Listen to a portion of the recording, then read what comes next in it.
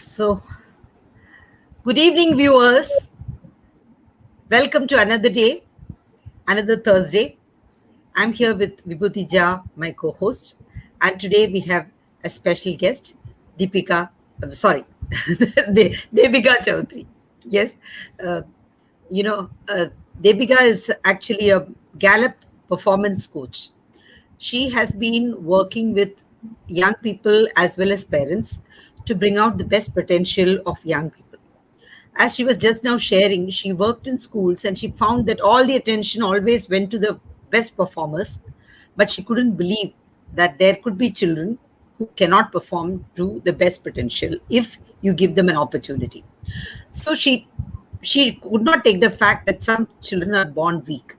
She thought, yes, we can work with them, and that is what inspired her to become a coach for teens. We always hear about uh, coaches for business people, coaches for life skills, but coaching for teens is not something that everybody takes up. She has written a book, a parent's handbook, to help kids set goals. I think this is something very unique because many parents, even today, they tell me we haven't yet set goals, we don't know where we are going. So you are helping parents set goals for the children along with them. It is amazing. And she has spent about 30 years working with leaders, parents, and youngsters, understanding how youngsters and adults can demonstrate gift and excellence in their life. Deepika runs L6 Foundation that works with parents, kids, and leaders, and she tries to empower them. And she's been quite successful, as you can see if you go to her LinkedIn profile. So, along with us today, Deepika is, as I said, Vibhuti. Runs an organization called Human Potential. So that should be giving you the complete idea about what it is all about. As I was just telling you now, I came to know him when I worked with him in a project in India. From US, he was coordinating a huge project with LIC employees. And I was totally inspired by the way he coordinated with the trainers, with the trainees, and the inspiration and the ethical standards which he followed. So these are the things that always kept me connected with him. So this happened some 10 years back, but still we have always kept in touch because of this. So wherever he goes, whatever he publishes, whatever his videos, I keep watching, because when you begin to look at the person's values, that is when you begin to feel that yes, you it is a friendship worth cultivating. So here we are today. This collaboration we never expected would happen. It happened thanks to Varun Kapoor's channel. And this particular series is called as Know Your Strengths, right? And youngsters are the assets of a nation.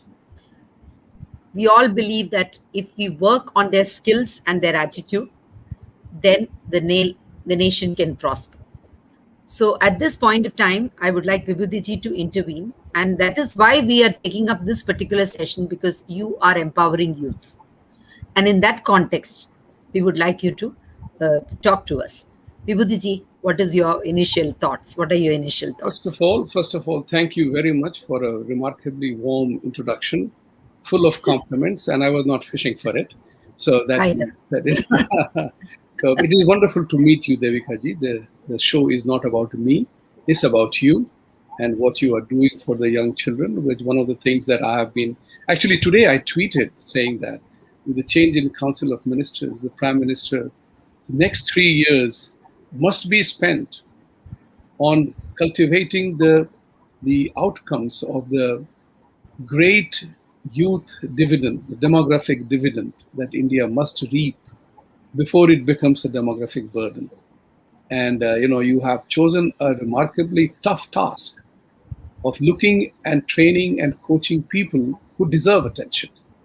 There are people who are self-motivated, who do not need anybody's help. They seek their path and they go for it.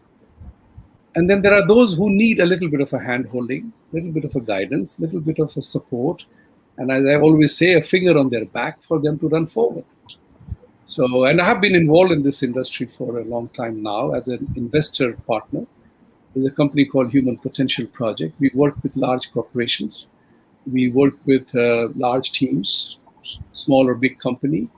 Our focus is only one, is that if everybody in that company is able to enhance his or her performance just by 5 to 10%, it brings about a absolutely wonderful experience of life and fulfillment.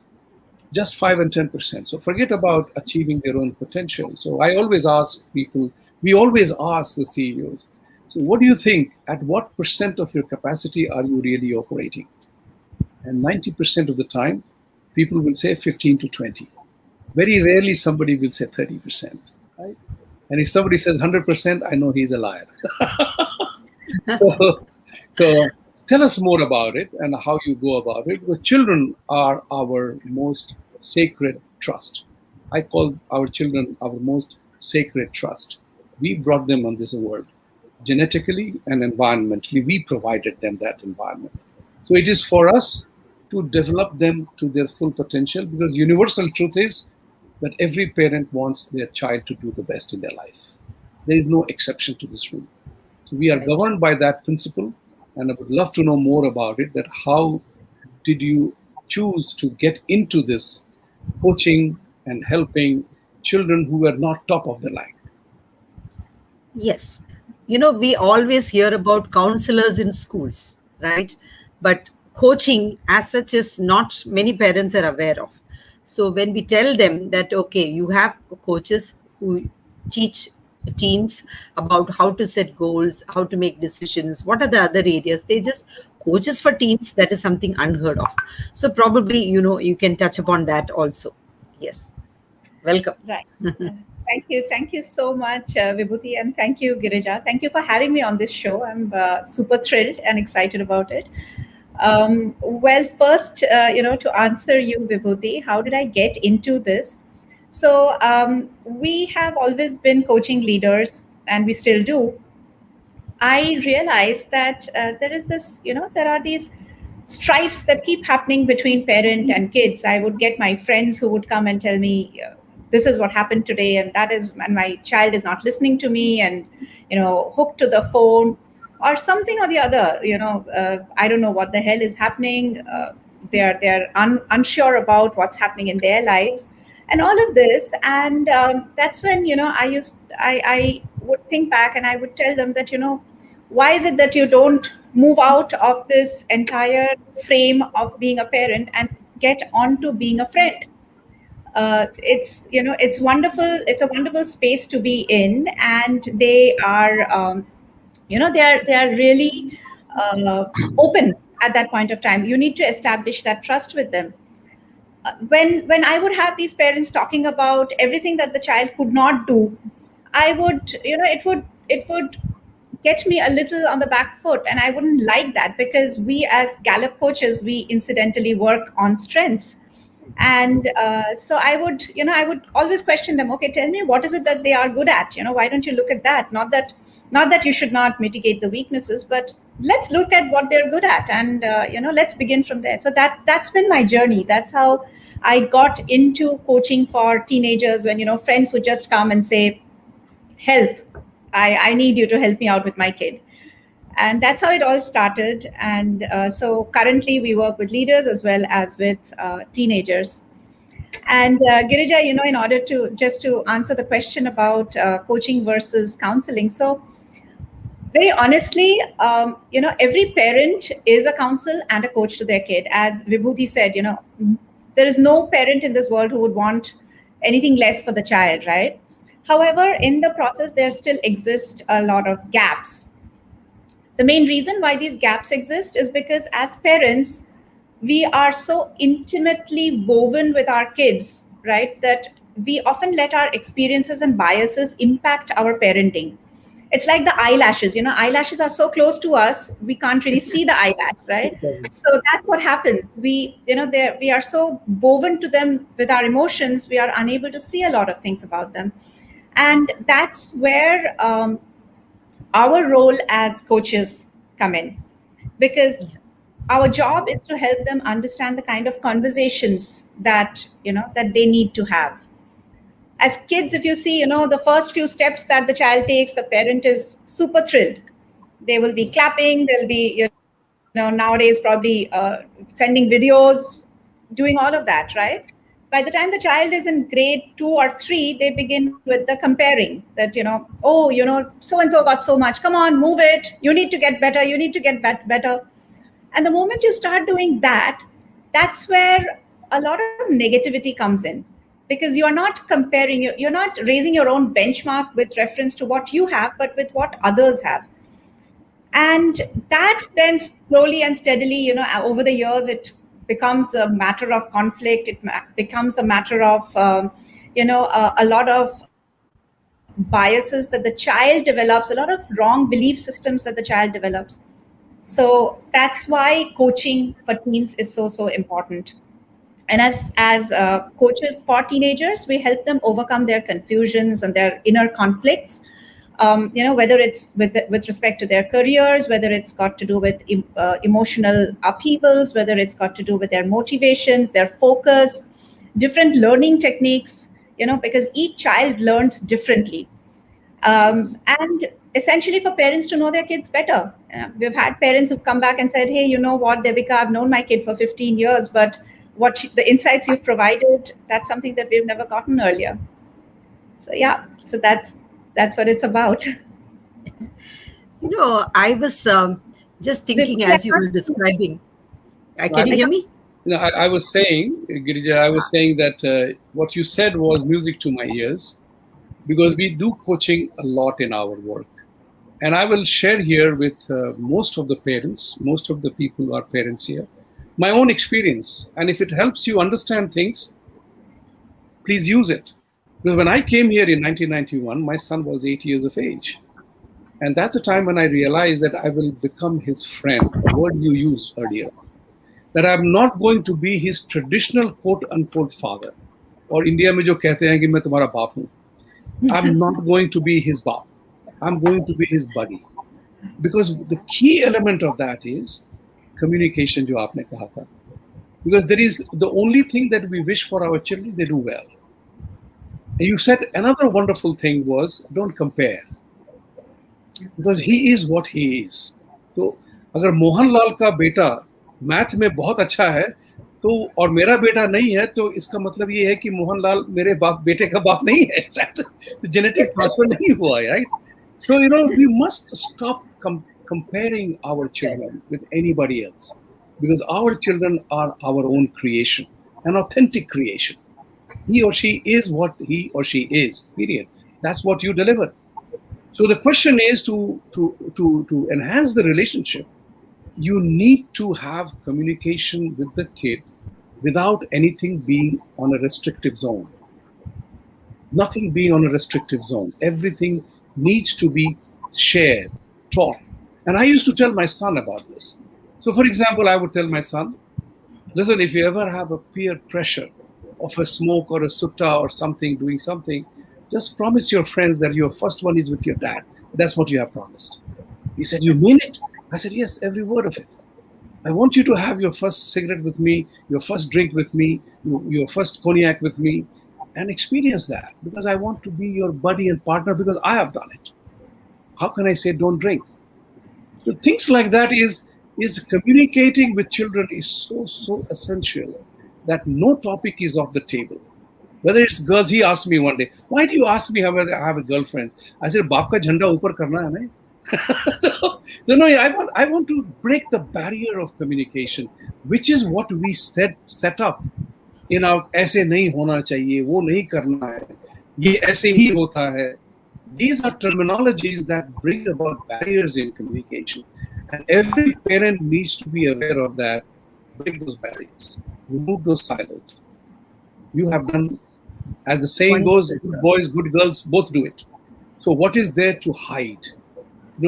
Reach out on the subject matter in a manner that you become his buddy, you become his coach. And coaching is something that we have a white paper on this one. It's a remarkable subject. It's not about being a manager or telling him what to do and what not to do. It's about what Girija had mentioned about decision making. What is holding you back? What will spur you on? So we do significant coaching work with CEOs, CTOs, CIOs, and everybody else. And there's an amazing moment of learning in that. Because coach is the one who sees the seeds from the sidelines. He's not actively playing, he's watching the game. Therefore, his opinion about the sports arena, he sees from what the opponent is doing. You are involved in the game. And that's what is important to bear in mind. And that one of the things, like I said with my son, was, everybody wants to watch TV. Who wants to study? Between your handheld games and TV, you have so many distractions. So I did tell him, don't watch TV. I said, I just want you to listen to one request of mine. Whatever time you watch TV and play games, only half of it to spend in your studies. Only half of it. Half of it. He says, that's a deal. हो गई बात ना, वहाँ पे term set हो गया हमारा. For example, I have a conversation with him. I'm just taking a bit longer to say, I ask him this question. Believe me, what is it that I do with you in my relationship with you that you don't like? Absolutely. He said, I don't like you raising your voice at times. I said, I don't even realize that I raise my voice. When you shout at me, I just thought my voice is loud, so I'm loud. He said, no.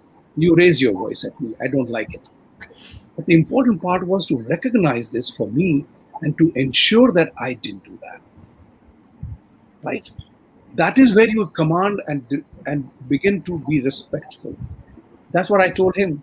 Can you tell me things that I do that I like, that you like? Can I tell you what you do that I don't like?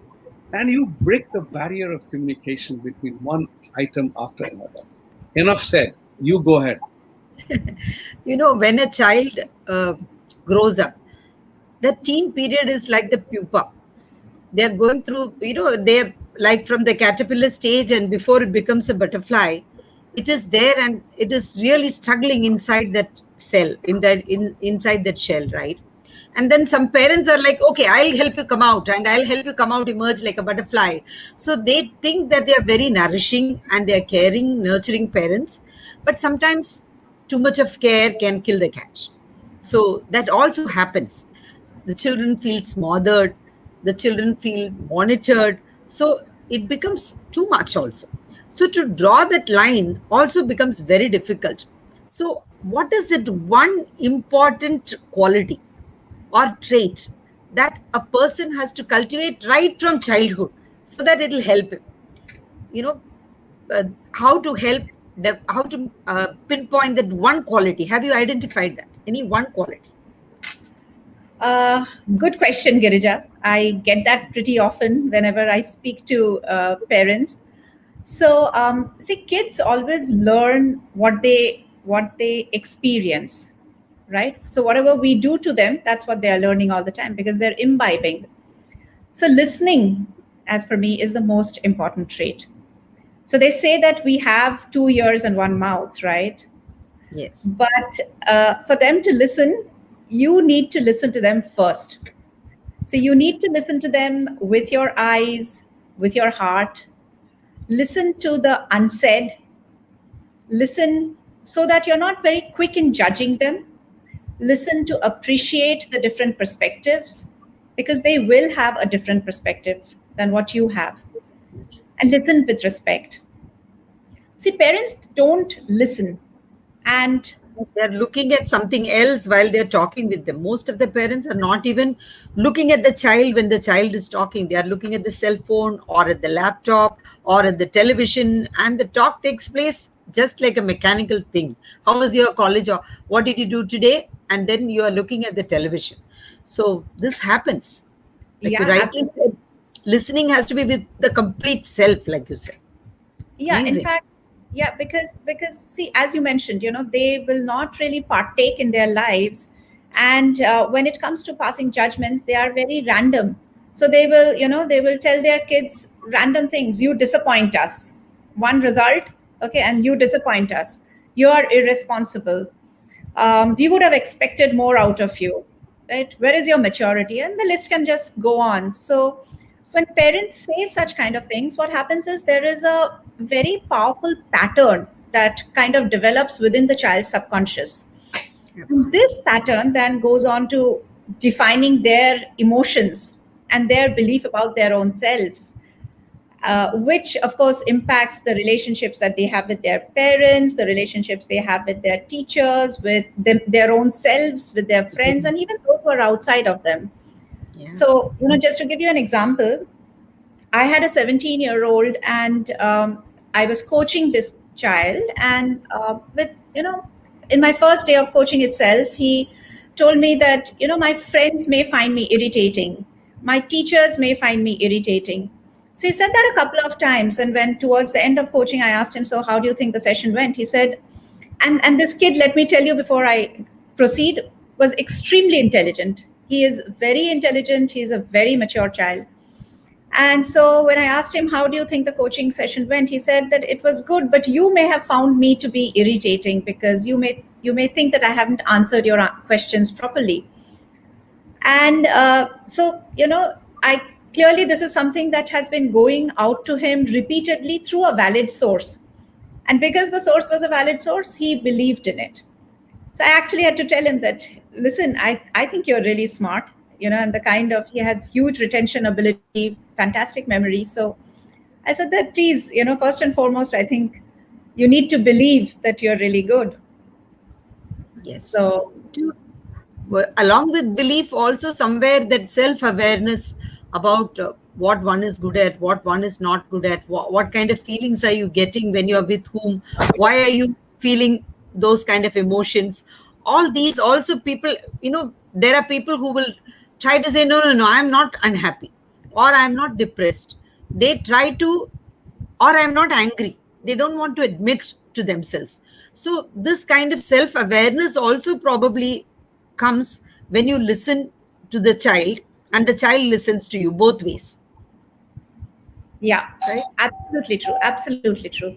Because when you begin listening to the child, that's what the child imbibes. That it's important for me to listen before I say anything.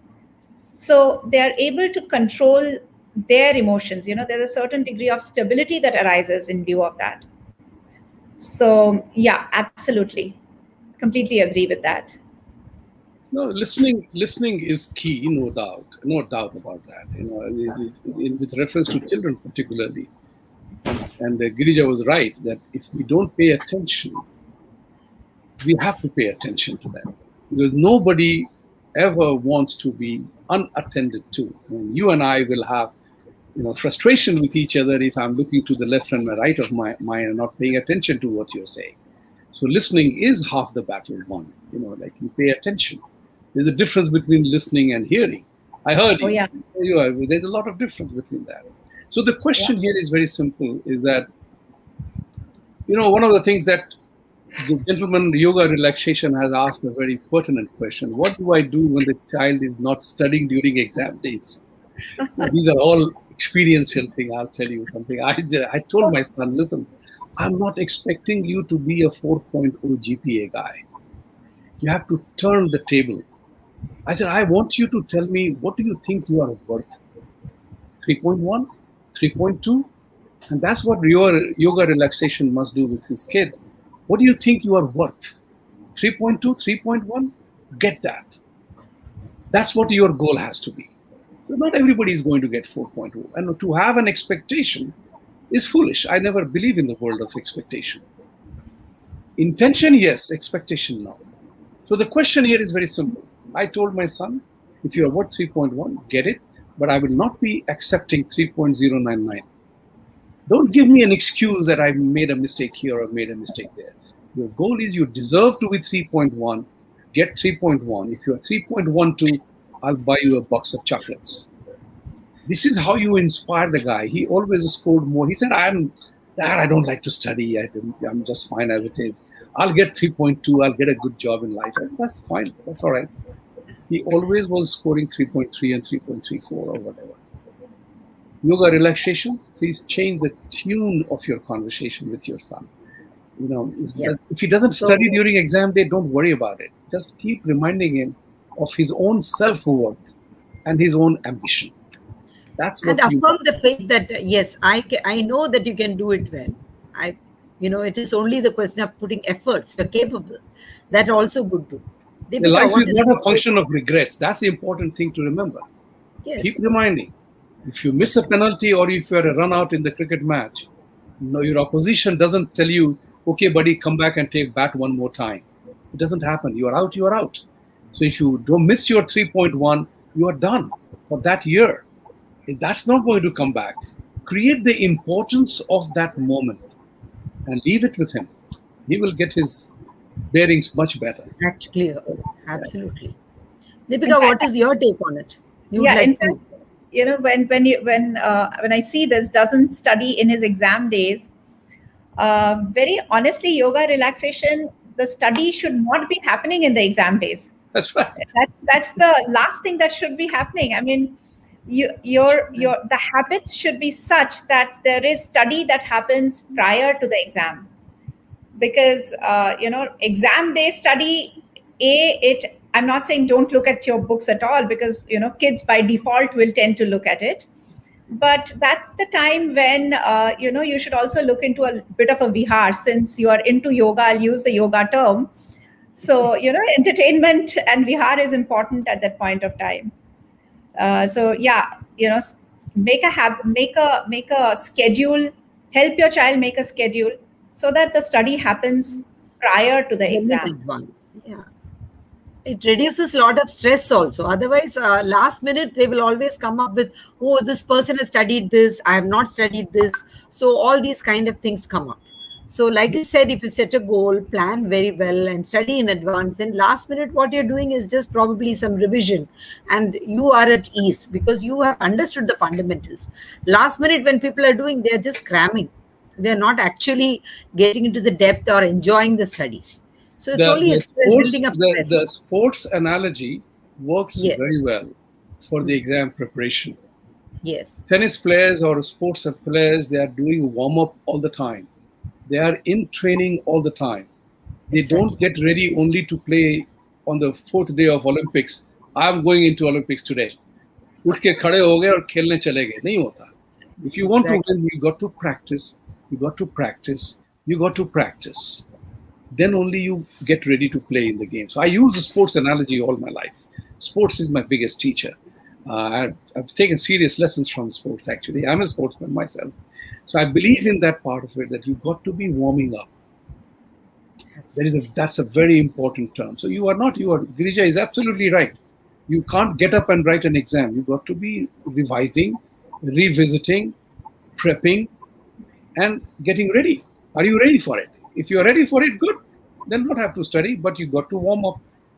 Just keep revising, keep looking over the pages. That's how you prepare for the exam.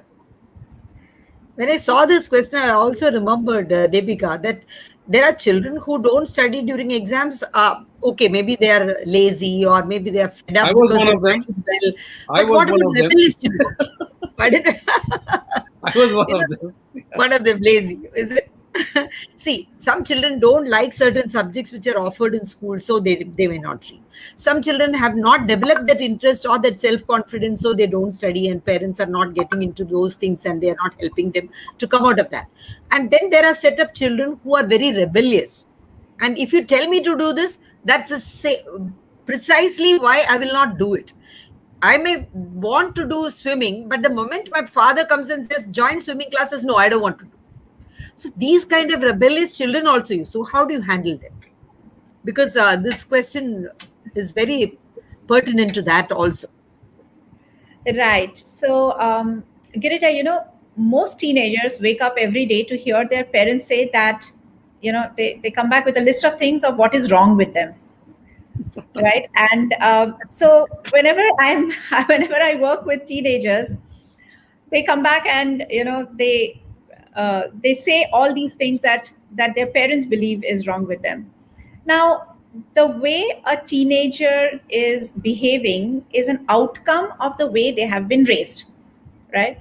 And we have various kinds of parents. So we will have these permissive parents. We will have parents who are highly disciplined, right? We have both ends, and we have those who follow the middle path as well. Yeah. Now, if you look at these parents who are permissive, who are a yes for everything, then what they do is, the kids grow up with the belief system that they can get away with anything, they can And get they'll get what they everything they want. want. Yeah. Yes. And they know that and instant gratification is something that they are used to. So when you do not have, when you say something to them which is not up to what they want, they will object, right? Or these are the kids who will have low patience because they're used to getting things their way all the time. They are the ones who would probably show temper tantrums or annoyance, if they don't get it. So when parents come back to me and say that, Devika, I can't control my child, then it's important to look at what kind of a parenting have you been doing. And then we have these, the opposite side of the rebellious as well. For example, we have these parents, one of the parent is highly disciplined, and then it's a very rigid relationship because the roles are very strictly defined then, and the rules of the games don't change.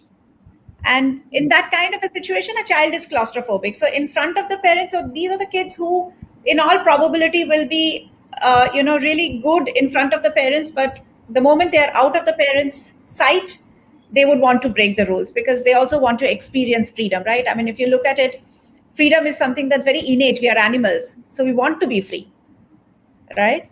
So so that I think that that's something that's very, very important.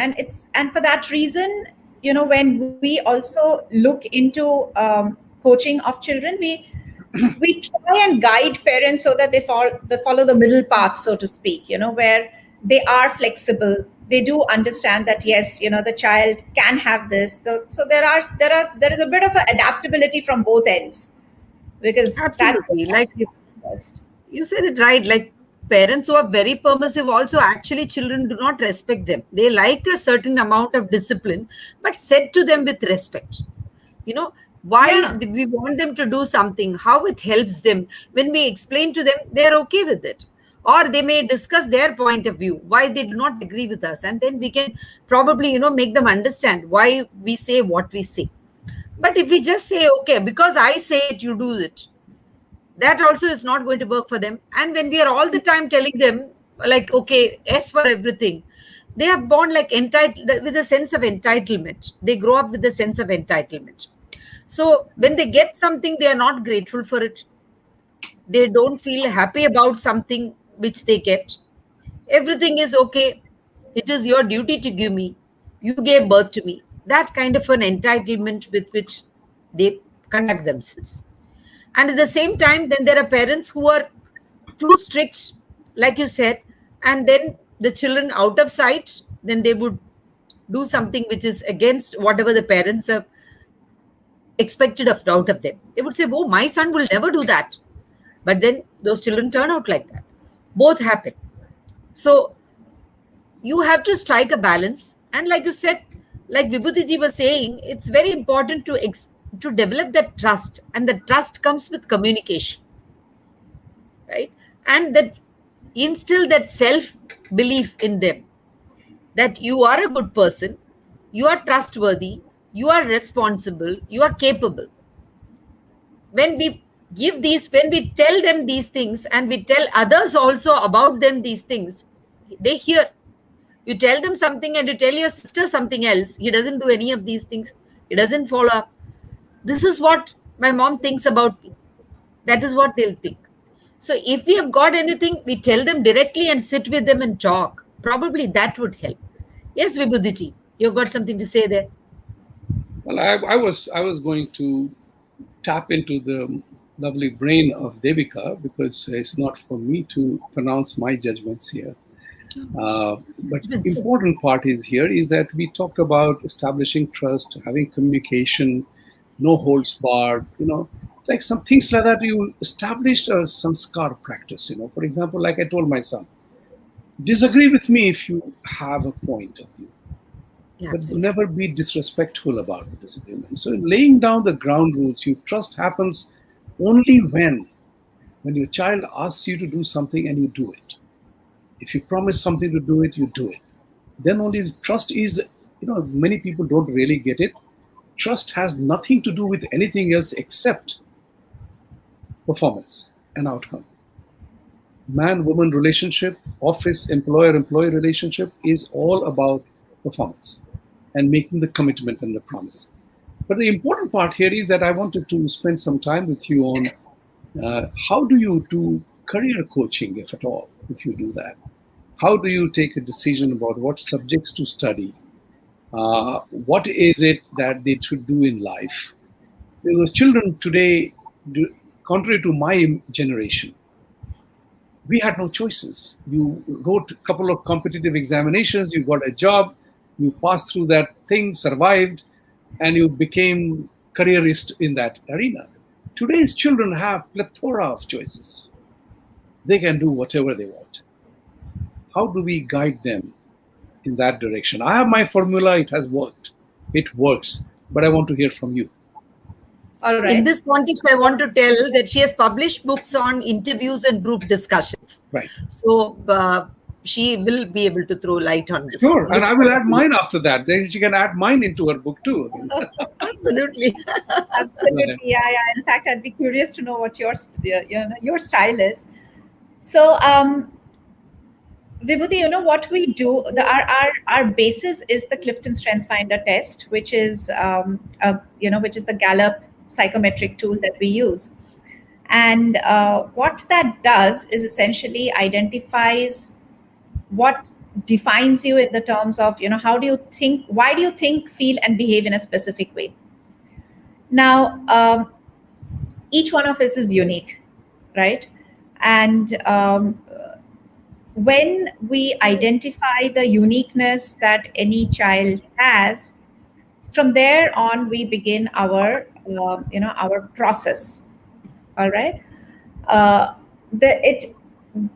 Career is it's an intersection, right? It's an intersection of what I love to do.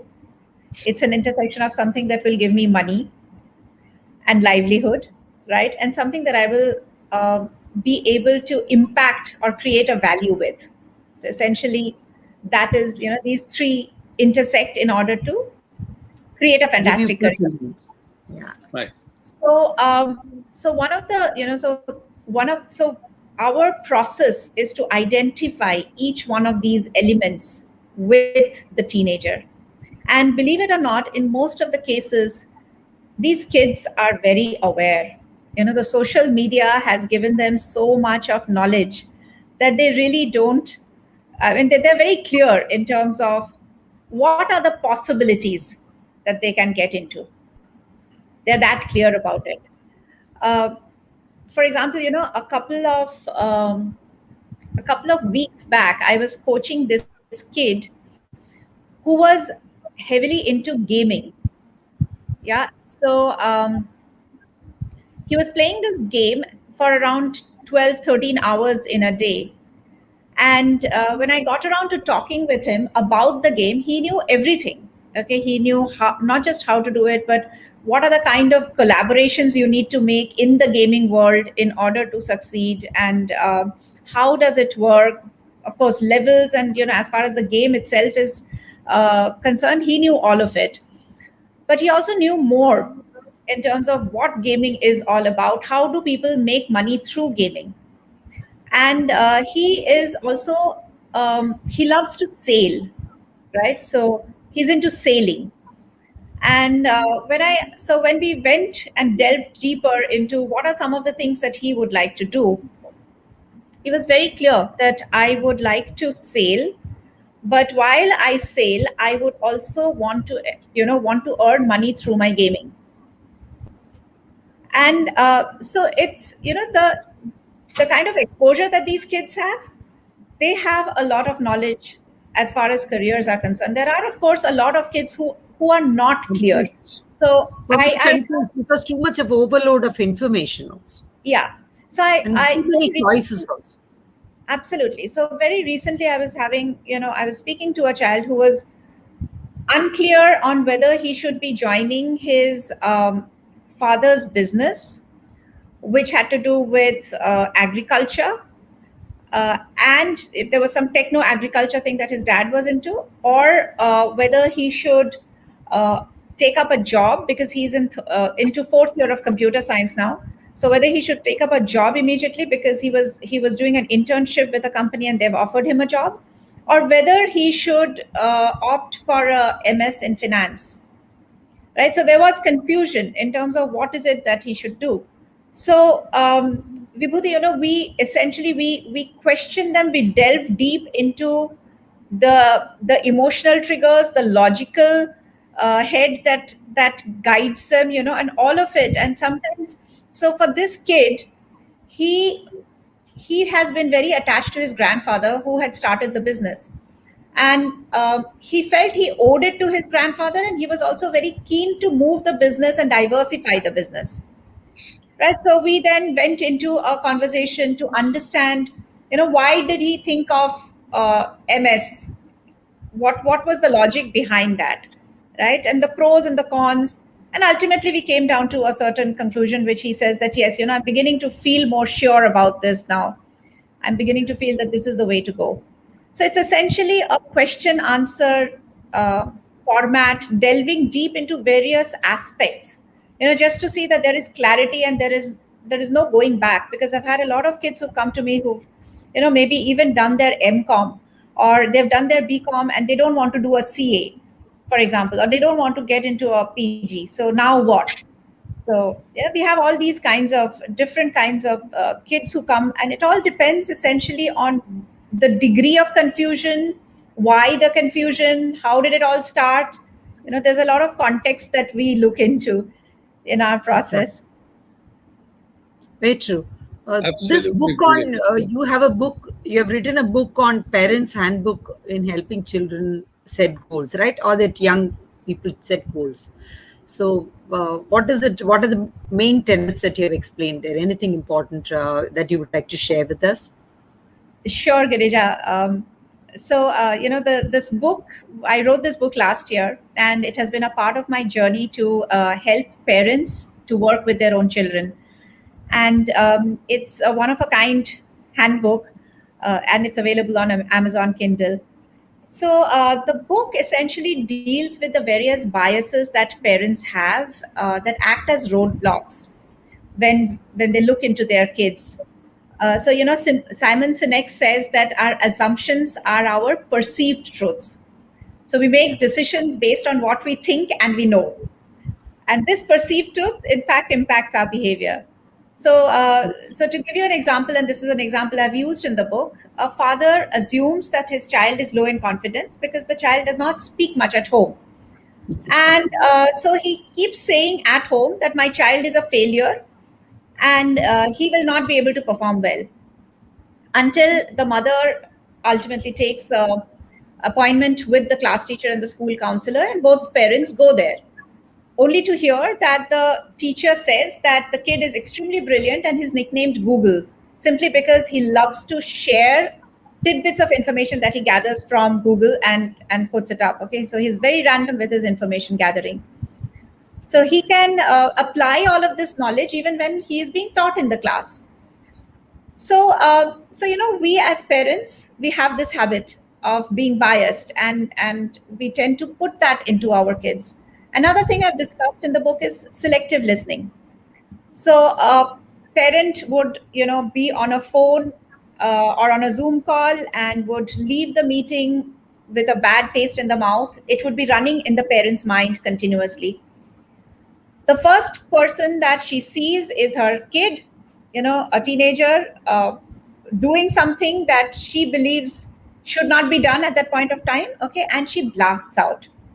So because she is already in that mindset of her own, so she will listen through her eyes whatever she believes, and she will react, right? So, and then I've also discussed negative biases, which is our own innate tendency to see only what's wrong and more than what's right. So it's essentially because we had to always caution ourselves of wild animals, poisonous snakes, warring tribes, when we were still in the uncivilized state. And because if we forgot the dangers that was around us, then we would die. So the negative bias exists in the old brain. But so we perceive threats all the time, right? But it exists in us even now, and it comes out in parenting when parents discourage children from taking on to certain career options. So if someone says, I want to become a singer or a rock star, or an artist, many times the parents are going to come in and say, no, no, no, don't do that, don't take that, it's a career that will not pay you enough. The kind of lifestyle you live at home, you're not going to have that. So that they perceive threat, they perceive financial hindrances in the life, and that impacts their thinking and thereby their conversation. And so the book also gives a lot of tools to help kids identify their goals, and tips so that the kids can become more conscious, they can reduce careless errors. It talks a lot about habits, how they can make habits stick. And it's difficult when we think of changing habits overnight, but not so difficult when we do it bit by bit. And as they say, the 1% rule. So yeah, that's what the book is all about. Lovely. Now, there is this question from Sudhir Gupta. Why do all kinds of children do this all the time, irrespective of talented or backbenchers? They're all the time mobile surfing. How to tackle this? This was a question that you were talking about in the beginning, that parents are all the time saying, why are you watching Netflix all the time? You're sitting overnight, where are you all the time looking into the cell phone, etc., etc. So how do we, help them? That is a question. Does it affect their studies? That's a question. Right. Yeah. So, see, one thing we need to understand, in fact, I was having this conversation with a parent today, that one thing that we need to understand is that we are living in a techno culture, right? Which means that forget about the kid, but we as parents, we are probably all the time holding the phone in our hands. Okay, we are getting all these pains in our arms and our fingers because of that. We are, if we are not on the laptop, we are on the phone, right? So we are living in a culture that is dominated by a lot of audio visual medium, right? Which also includes the laptops, the games, the social, the social media websites, Instagram, especially for kids. So they are into Instagram, they're into Pinteresting or WhatsApping. Now, one thing we need to understand is, obviously, these are the joys that we all get when we are into it, right? Yeah. Now, kids would also want that joy.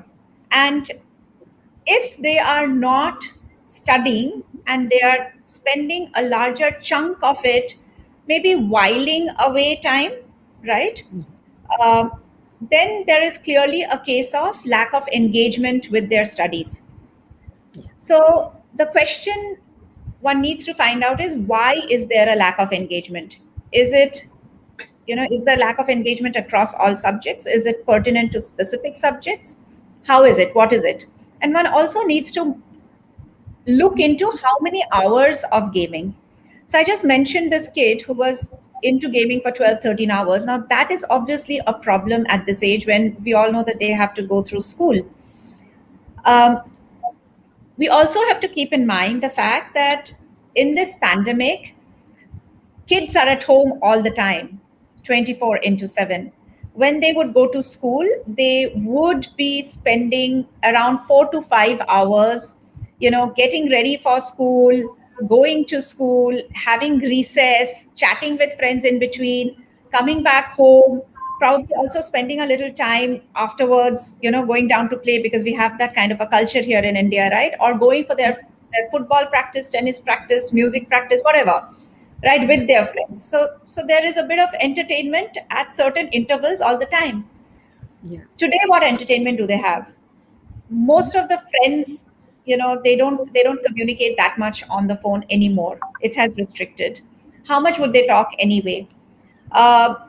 Storybooks now are anyway also available on Kindle, and as I said, that entertainment for the mind is just as important as it is to study.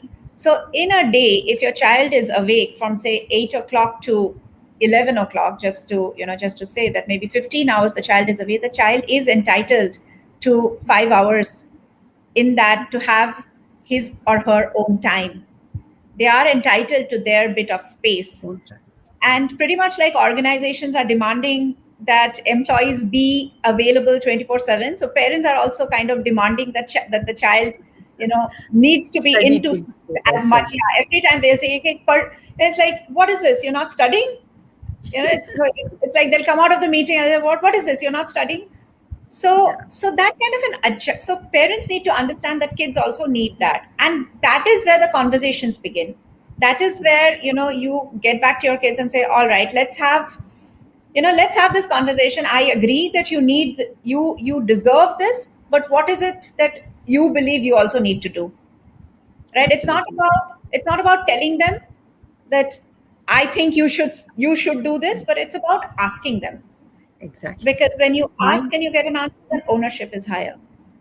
Absolutely. My son is like, he has done his communication design. So definitely he's into digital world all the time, gaming and everything. When I go into his room, yes, he's been working from the morning. And suddenly when I go, he's watching a movie or he's playing a game. And then I ask him, okay, what are you playing? Okay, and then probably I sit with him and see what is it. And so he doesn't ever hide it. He says there are many of his friends who would at night play with the bed sheets on their head inside their room because they're afraid that parents will peep into the room and shout at them. Or in the afternoon when they come, they have another window open. The moment somebody comes in, they'll pull this down and put it up. He says that because all the time, like you say, when people ask, why are you doing this? Then they feel guilty about it, right? So we have to understand and draw a line there, not keep on interfering too much. Like Vibhuti was saying, as long as we set expectations clearly, sit with them and understand, and also ask them, like you said, what is it that they would like to do and how they would like to go about it. And they share that plan with us. Then already a commitment begins when you say that this is how I want to do it and this is how what I want to achieve. Then a sense of commitment comes in because he has already told you that. So he will work for it. So believe that to happen unless it is proved otherwise. In the beginning itself, people approach with a sense of mistake. So that could be another issue that can happen. Another thing is motivating kids seems to be a big challenge these days because people are all the time into, say, Instagram, Facebook, LinkedIn, and they see one of their friends going abroad or achieving a lot of things, or somebody else doing, fashion show, and they're not able to keep up with the Jonases. They feel that they think they live in that virtual world and they feel they are not somehow there. And many of them go into depression without even the parents knowing about it. There is, if they're not there, then they feel like FOMO, I'm missing out something, like that kind of a feeling. They live in that kind of a world. So how do we help them cope there? Motivate Yeah. them. Yes. So, motivation, is a very critical question that comes across to us very often. I always believe that motivation is where there is effortless effort. Yeah. So what is effortless effort? That is where you enjoy the process of putting in the effort. Right. So if you don't like math and you still study it, then obviously the effort that you will need to push into it to get your required grades would be much more, and your brain will always be fighting with you saying that no, no, no, how much longer do I need to do this, how many more sums are there. But if you are a natural for biology, then the effort that you will need to put in would be much less mentally, because you love the subject. So you are going to get into YouTube, you'll look into various videos, you will seek extra information and spend that bit of time to turn that project into something that's really, that you would be happy with. So when we are looking into motivation for youngsters, there's also that question of engagement, right? There's that question of what is it that you like to do? What is that one thing that really excites you that you would want to do? So that is a very important question that one needs to understand. Uh, FOMO is something, Girija, that I believe doesn't happen in a day. FOMO is the final outcome, right? It is fear of missing out would happen when you are in a specific zone, constantly comparing yourself with others on various, whatever it might be, whether it's the social life they're having or whether it's the physique that they're showing off or whatever it is, right? But it's something that happens over a long period of time, and it happens because children and parents are not having the conversations that they should be having, because parents are also too busy with their bit of FOMO and their bit of, they have got a bigger car than us, now what, right? So so it's important that if we really want to build kids who have a sense of purpose, right? Because it's important for kids to have a sense of purpose. It's only then that they will have motivation to do whatever it is that they're doing. And if they don't have motivation, it'll have long-term repercussion, because if they don't have motivation, that means they're not listening well. If they are not listening well, that means even when it comes to, say, a question, in an exam, they are not understanding it because they are not reading the question with the intent to respond to it accurately. They are not focused on what they need to do, but they are focused on what they enjoy doing, right? Then again, they procrastinate. So delivery of assignments is delayed. There is lower retention power. I mean, it can just go on and on. So what's important is for parents to really have that conversation, not from a parent perspective, but more from, they need to change um, their own viewpoint of things, and actually go down to the child's level and see the world through their eyes. And instead of saying that, because parents keep parroting, work hard, study hard. Okay, so that doesn't work anymore. We live in a very different We did era. like this when we were young. Yeah. Our young day stories never end, right? Yes, Exactly. absolutely. So it's about understanding what is the problem. I had this kid who was consistently, she is now in 11th, and who was consistently dropping grades from uh, grade 7 onwards. And when that was happening, her parents kept, putting more and more tuitions. So she would go from one tuition to the other, but her grades would just keep dropping. In 11th, the child, by then the child had developed a nice story saying that I can't focus.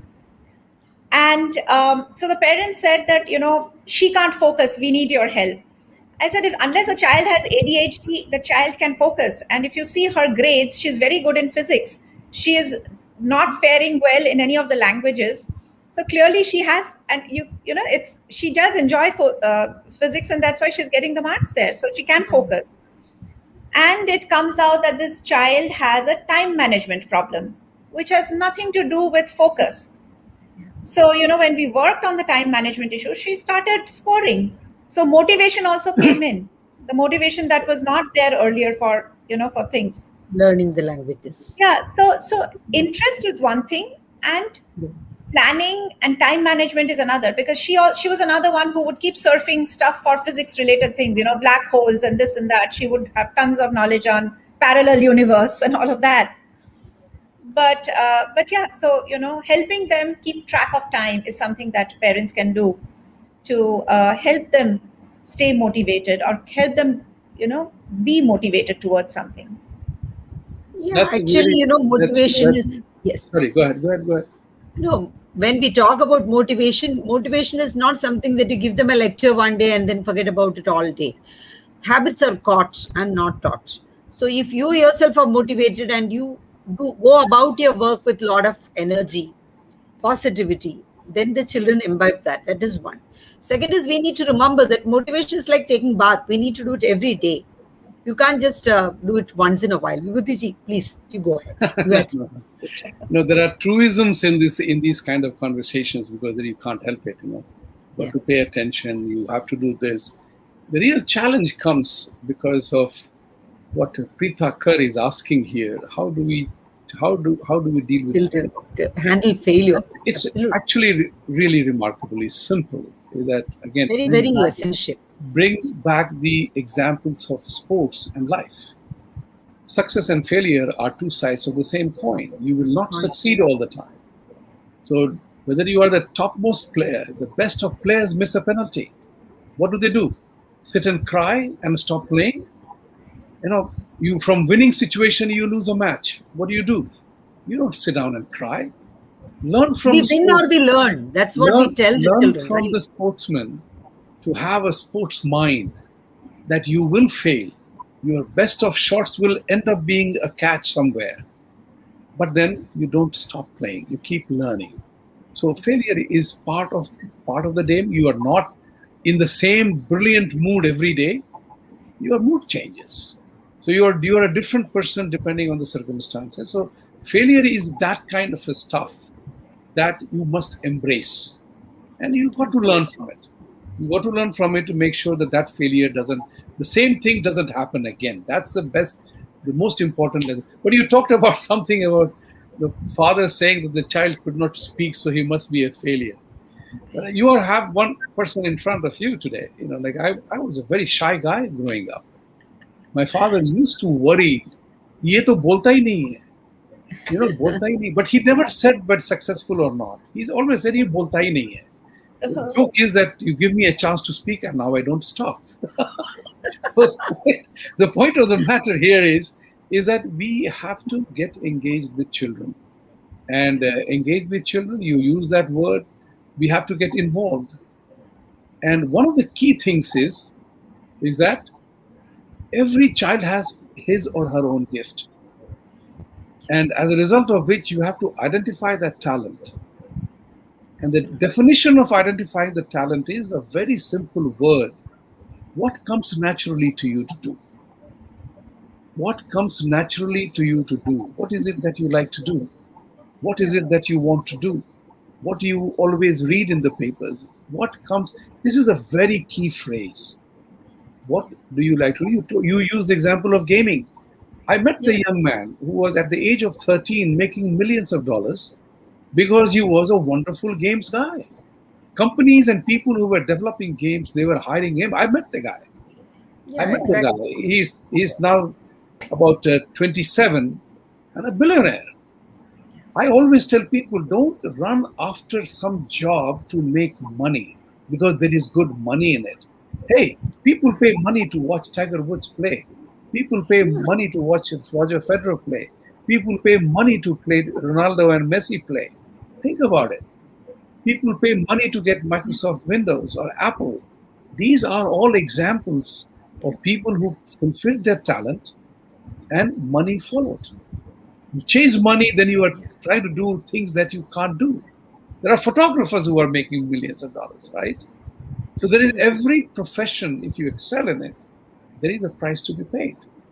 And that's what is important here, to be remembering that for everything that you do, you are best at, you have to identify that. You have a talent, build the skill sets around it then. That's important again. You can't be the best of tennis player just wearing Federer's kits or his racket. You have to be practicing and learning and developing the skills and build it with your value systems, which is very important again. Most important thing. That's the kind of thing we do. It's remarkable to meet you, Devika, and that so many people are benefiting from your handbook. Congratulations. We do in a different way. We have also a book. It's called Transformation. Like how do you transform? Change happens, but transformation is a totally different ball game. And we have proposed a theory called commitment-based management. Time management, aapne kaha kuch, that was very important, and everybody must note. Children will learn time management best when you use 3 words with them. What are those 3 words? Very important thing, urgent thing, and can wait. If they begin to put their workload or entertainment in each of these categories of buckets or the filing system, this is important to do, this is urgent to do, and that can wait. You have no idea how time management becomes so remarkably easy. Very true. Very true. I think even adults have got to do that, and that is when time management works. Right? What is important, we keep on pushing it, and then it becomes urgent, and then we get stressed out, and then we say, I'm having high blood pressure. So this is what we see in life. So what will be, you also, one more question before we move ahead. Like you see here that, how do you handle failure? We said that yes, there are two ways of looking at things. One is, yes, either we succeed or we learn. That is one kind of attitude that we give, because anywhere where situations do not turn out the way you want them to, it need not be always because you failed to do what you did. There are situations which are extraneous to you. There could be certain things, there could be politics around, there could be certain unfair situations. We have to accept that life is like that. We cannot expect that always people will be fair with us and will do only the right things. So we have to be okay with that, and children have to learn to accept that. That is also one thing. Now the next thing that I also wanted to ask you is, parents are always in conflict with children. Like he had said that somebody had also written, children are all the time doing this, doing that, so they are all the time in conflicts. So how do you handle conflicts with teenagers? Okay. Yeah. Yes. So, again, a very critical question, and something that comes up even more now under the pandemic situation. So, see, unpredictability rules the day, right? We will analyze and we will strategize certain moves, but it doesn't work out like that because circumstances change. Now, parents need to understand that they also need to deal with this change, right? So, why do the conflicts arise? Okay, so the parents will come back with complaints of the child is constantly on the social media or is on the internet gaming or whatever. The child is going through phases of low. The child doesn't step out for fresh air, is not doing the schoolwork on time. Every time I get into the room, he is switching tabs. She stays awake at night. And the list just goes on and on. And the kids come back and the kids say that parents don't take us seriously. They behave as if we don't have brains. They scream at each other. They tell us that we are not speaking to them in the right tone. They downplay our ideas. They tell us what to wear, how to behave. They don't accept our friends the way they are, right? They look at us with suspicion. And these are like, these are things that kids come back saying that these are the problems that we face. Now, if you look at it from the parents' side, right, why is it that they have this reason? Okay, apart from one of the biggest reason being that there is a huge culture gap between us and our kids versus probably the previous generations that have existed, right? Very true. So parents obviously they're afraid of the future of the children, right? They worry that would the child, with whatever they are doing right now, would the child be able to succeed? Would they be efficient?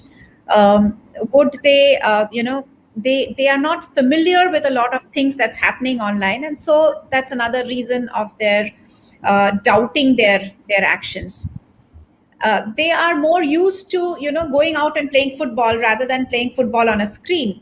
So they, the context, the belief is if you do not move your body you are lazy, and so they think that they're lazy. They don't follow a discipline. Most of the kids these days don't. So that's another thing that they are uncomfortable with. So it's very important that as parents, if you are looking at conflicts, they need to change their perspectives, because just the way we have also adopted to mobile phones from the landlines, right? In India, in the last 2 decades, we use air transport more than roads or trains, right? We do heat in the microwave and don't go to the stove for heating our stuff. We do Swiggy food in, and there are a lot of changes we are doing to our in our own lives as well. So children are also growing in a different environment. So it's very important that as a modern day parent, we need to be adaptable at the mental as well as the emotional level towards our children. So these that is very critical, and I've already mentioned how it's we need to accept that they are allowed their bit of entertainment for a certain duration in the day, right? I'm not saying that they will be playing for 12, 13 hours. That is not acceptable. But yeah, definitely certain duration in the day is acceptable, and it has to be given to them, because if the child was going to school, they would have spent that much of time outside doing whatever it is that they would do. And besides, everything is changing. We are getting flexi working hours. We are working from home. A lot of things are changing. So it's important that we understand this change, right? Not Yes. Their value systems are different from ours. Not, of course, that doesn't mean that so the certain things are universal, like trust, integrity, honesty. These are universal. They will remain to be so. But if you look at the millennials, then their loyalty towards an organization is not as deep as it used to be for us. I mean, they don't mind jumping, jobs 3 years, 5 years on, because they're looking for. Work-life balance is what they are looking at, and they are not like us. Their priorities have become very different, Yeah. right? Yeah, absolutely. We have to accept that I and be think happy I with think so. what is important is to remember that this is a topic which will not end in a 1 hour conversation. Absolutely. This Absolutely. needs Yes, yes. There this is needs many more hours. However, it is yeah, important to keep that focus in mind that our children are our own. Don't compare. Listen, integrity, honesty, in communication. These are essential values we most of the time forget because we get distracted by yes. things which are around us. So that's where the important part is to stay focused and drive the conversation from that way. It's a real pleasure to meet you, Devika. There And is one I'm important question. 100% We'll sure close with that. this is not We'll our answer, last let her answer conversation. this question. We have Vibhuti. just come up with the first one, and we will have many more conversations going forward. Yeah, there is one question. We'll answer that and then we'll close it. Okay. Deepika, can you do that? Yeah, yeah, How sure. can we save our kids from bad elements, negative fellows? How do we get to know that our kids are sharing everything with us and not telling a lie? So I thought the parent needs this input. That's why. So All right. yeah, So save our kids from bad element or negative fellows. Okay. So yeah, see, again, this would involve a certain degree of conversation and involvement with you and your child, and that happens when you have established trust, when you stop criticizing, when you stop judging.